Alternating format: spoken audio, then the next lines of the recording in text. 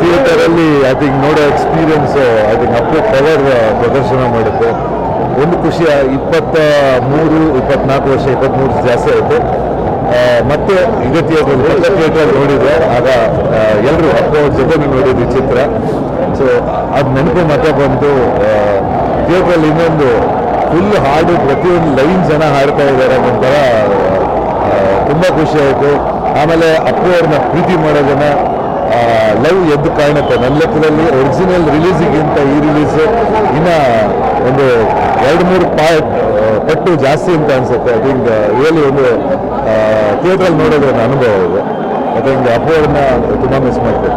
ಕಾಡುವಂಥ ಲಘು ಅಂತದ್ದು ಅಪ್ಪು ಅವ್ರಿಗೆ ಒಂದು ಲಘು ನೋಡೋದು ಬಂದು ಕಾಡ್ತಾ ಇರುತ್ತೆ. ಇದು ಸತ್ಯ ಅನ್ನೋದು ಆಗಿದೆಯಾ ಅಂತ ನಿಮಗೆ ಅನಿಸುತ್ತೆ ಸಿನಿಮಾದಲ್ಲಿ ಅಪ್ಪು ಅವ್ರು ಇನ್ನೂ ಇದ್ದಾರೆ, ನಮ್ಮ ಜೊತೆ ಇದ್ದಾರೆ.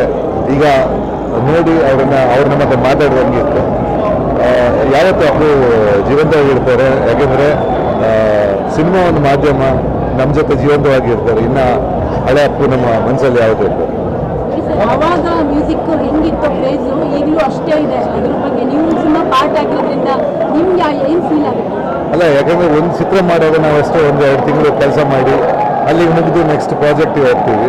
ಬಟ್ ಇಷ್ಟು ವರ್ಷ ಆದರೂ ಜನ ಅದನ್ನು ಅದೇ ಹೇಳೋದಿಲ್ಲ, ಫುಲ್ಲು ಲೈನ್ ಬೈ ಲೈನ್ ಹಾಡಿ ಅದನ್ನು ಎಂಜಾಯ್ ಮಾಡುವಾಗ ಒಂದು ಕೃತಜ್ಞತಾ ಭಾವ ಬರುತ್ತೆ. ಒಂಥರ ಅಂದ್ಕೊಳಕ್ಕೆ ಇದು ನಾವೇನೋ ಒಂದು ಪ್ರಾಜೆಕ್ಟಿಗೆ ಒಂದು 2-3 ಮಂತ್ಸ್ ಇಟ್ಕೊಳ್ತೀವಿ, ಅಲ್ಲಿಗೆ ಮುಗಿದ್ದು ನೆಕ್ಸ್ಟ್ ಪ್ರಾಜೆಕ್ಟ್ ಹೋಗ್ತಾ ಇರ್ತೀವಿ.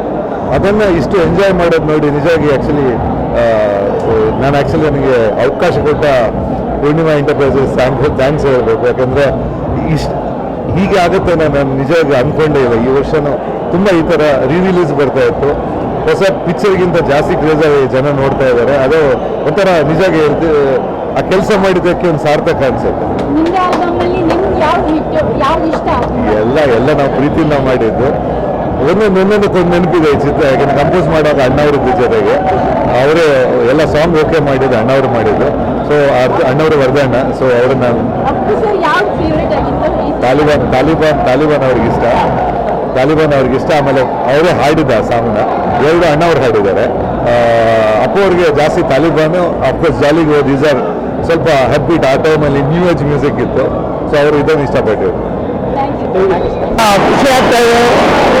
22 ವರ್ಷದ ನಂತರ ಈ ಸಿನಿಮಾ ರಿಲೀಸ್ ಆಗಿ ಅವತ್ತು ಏನು ವಿಜೃಂಭಣೆಯಿಂದ ನಡೆದಿತ್ತು, ಇವತ್ತು ಅದಕ್ಕಿಂತ ಜೋರಾಗಿ ಅಭಿಮಾನಿಗಳು ಎಂಜಾಯ್ ಮಾಡ್ತಿದ್ದಾರೆ.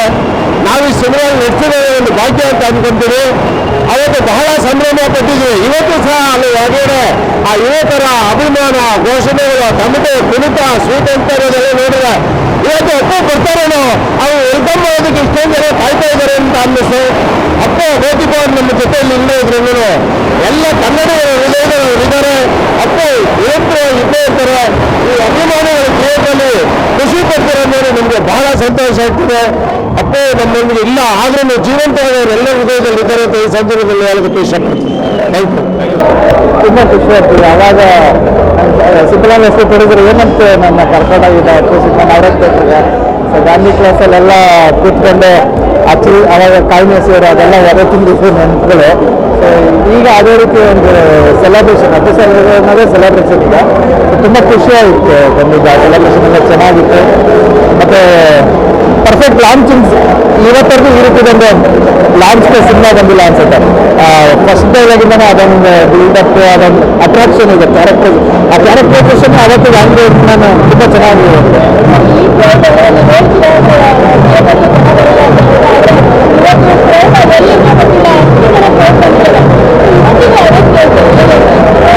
ಖುಷಿ ಆಯಿತು. ಅಂದರೆ ಡಿಪ್ರೆಷನ್ ತುಂಬ ದಿನ ಆಗುತ್ತೆ. ಮತ್ತೆ ಅಭ್ಯಾಸ ಬಂದು ಇದು ಮಾಡ್ತಿದ್ದಾರೆ. ಖುಷಿ ಆಯಿತು. ಮಿಸ್ ಮಾಡ್ಕೊಳ್ತೀವಿ ಎವರೇ ಸೆಕೆಂಡ್. ಅದೇ ರೀತಿ ಎವರೇ ಸೆಕೆಂಡ್ ಅವರು ಮನಸ್ಸಲ್ಲಿ ಇರ್ತಾರೆ. ಡಾಕ್ಟರ್ ಸರ್ ಎಲ್ಲರಿಲ್ಲ ಜೊತೆಗಿರೋದ ಜೀವ ಇಂದಿಗೆ ಜೀವ ಅಂತ ಅವರು ಎವರೇ ಸೆಕೆಂಡ್ ಮೇಬಿ ಸಾವಿರಗೆ ಒಂದು 70-80 ಒಂದು ಸಾವು ಬರುತ್ತೆ. ಡಾಕ್ಟರ್ ಸರ್ ಅಂದರೆ ಸದಾ ಇರ್ತಾರೆ. ಅವರು ನಾವು ಹೋದ್ರೆ ಎಲ್ಲರೂ ಹೋದ್ರೂ ಅವ್ರ ಫೋಟೋ ಅವೆಲ್ಲ ಸದಾ ಇರುತ್ತೆ ಅನ್ಸುತ್ತೆ. ಬಂದ್ಕೊಡ್ದೆ ಅಂದರೆ ಚಿಕ್ಕರಾಗಿ ಬಂದಿದ್ದೆ. ಫ್ರೈಡೆ ಅಲ್ವಾ, ಸ್ಕೂಲಿಗೆ ಚಿಕ್ಕರಾಗಿ ಬಂದಿದ್ದೆ. ಯಾವ್ಯಾವ ಜೊತೆ ಮಾಡ್ತೀವಿ ಮತ್ತೆ ಸರ್ ಅಂದರೆ ಅವ್ರ ಫೋಟೋ ಜೊತೆ ಆಡಿಲ್ಲ. ಮತ್ತೆ ಸರ್ ಜೊತೆ ನಾನು ಮೀಟ್ ಮಾಡೋಕ್ಕಿಂತ ಮುಂಚೆ ಆಡಿಲ್ಲ. ಅವ್ರ ಫೋಟೋ ಜೊತೆ ಮಾಡಿದ್ರು, ಸೊ ಅದಕ್ಕೆ ಅವ್ರಿಗೆ ಅಪ್ಪು ಸರ್ ಆಗ್ತಿಲ್ಲ. ಆಕ್ಟ್ರೆಸ್ ಸಾಲ್ ಮೂಮೆಂಟ್ ಅಲ್ಲಿ ಬಂದು ಎಂಜಾಯ್ ಮಾಡ್ತಾ ಇದ್ದಿದ್ದ ಕಣ್ಣಾರೆ ನೋಡಿದ್ವಿ. ಎಷ್ಟು ಖುಷಿ ಆಯ್ತು ನಿಮ್ಗೆ? ತುಂಬ ಖುಷಿಯಾಗಿದೆ. ಅಪ್ಪು ಸರ್ ಫ್ಯಾನ್ ಆಗಿ, ಆಕ್ಟ್ರೆಸ್ ಅನ್ನೋದು secondary, but Appu sir fan ನಾನು. ಸೊ ಅಪ್ಪು ಸರ್ ಫ್ಯಾನ್ ಆಗಿ ಬಂದು ಸಿನಿಮಾ ನೋಡಿದೆ. ತುಂಬ ಖುಷಿ ಆಯಿತು. ಬಿಕಾಸ್ ಇವತ್ತಿಗೂ ಆ ಕ್ರೇಜ್ ಹಂಗೆ ಇದೆ ಆ್ಯಂಡ್ ಇವತ್ತಿಗೂ ಜನ ಅಷ್ಟೇ ಪ್ರೀತಿ ತೋರಿಸ್ತಾ ಇದ್ದಾರೆ. I think after so years release ಆಗಿದ್ರು ಅಷ್ಟೇ ಪ್ರೀತಿ ಕೊಡ್ತಿರೋದು ಆ್ಯಂಡ್ ಇಷ್ಟು ಸೆಲೆಬ್ರೇಟ್ ಮಾಡ್ತಿರೋದು ಒಂದು ದೊಡ್ಡ ಖುಷಿ. ಹೆಂಗ್ ಬಂದ್ರಿ ಅದು ಬಂದಿರೋ ರಿಲೀಸ್ ಹೆಂಗ್ ಗೊತ್ತಾಯ್ತು ನಿಮ್ಗೆ? ಅಪ್ಪು ಸರ್ ಫ್ಯಾನ್ಸ್ ಎಲ್ಲರೂ ಇನ್ಸ್ಟಾಗ್ರಾಮಲ್ಲಿ ಒಂದಷ್ಟು ಜನ ಟೆಕ್ಸ್ಟ್ ಮಾಡಿದ್ರು, ನೀವು ಬರಲೇಬೇಕು, ಮೇನ್ ಥಿಯೇಟರ್ಗೆ ಬರಬೇಕು ಅಂತ.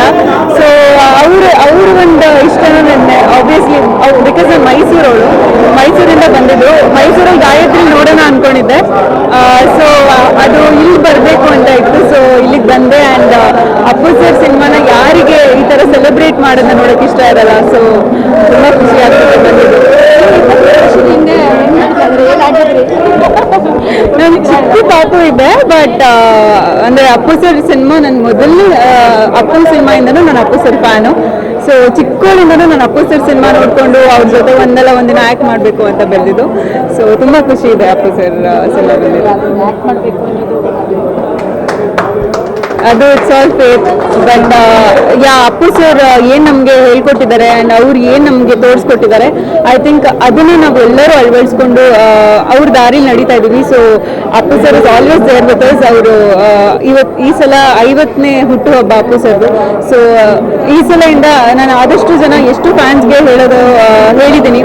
ಐ ಥಿಂಕ್ ಅವ್ರು ಮಾಡಿರೋ ಕೆಲಸನ ನಾವು ಎಲ್ಲರೂ ನೆರವೇರಿಸಿ ನಾವೆಲ್ಲರೂ ಕೂಡ ಅವ್ರ ದಾರಿಲಿ ನಡಿಬೇಕು ಅಂತ. ಸೊ ಅಪ್ಪು ಸರ್ ಯಾವಾಗಲೂ ನಮ್ಮ ಜೊತೆಗಿರ್ತಾರೆ. ಭೇಟಿಯಾಗಿದ್ರಾ ನೀವು? ನಾನು ಅಪ್ಪು ಸರ್ನ ಭೇಟಿ ಆಗಬೇಕು ಆಗಿಲ್ಲ, ಅಪ್ಪು ಸರ್ ಜೊತೆ ಸಿನಿಮಾ ಮಾಡಬೇಕು ಅಂತಿದ್ದೆ ಆಗಿಲ್ಲ. ಆ್ಯಂಡ್ ಗೊತ್ತಿಲ್ಲ, ಐ ಥಿಂಕ್ ಬಟ್ ಮೇಲಿಂದ ಅಪ್ಪು ಸರ್ ನನ್ನ ನೋಡ್ತಿರ್ತಾರೆ ಆ್ಯಂಡ್ ಅವ್ರ ಆಶೀರ್ವಾದ ನನ್ನ ಜೊತೆ ಯಾವಾಗಲೂ ಇರುತ್ತೆ ಅಂತ ನಂಬಿದ್ದೀನಿ.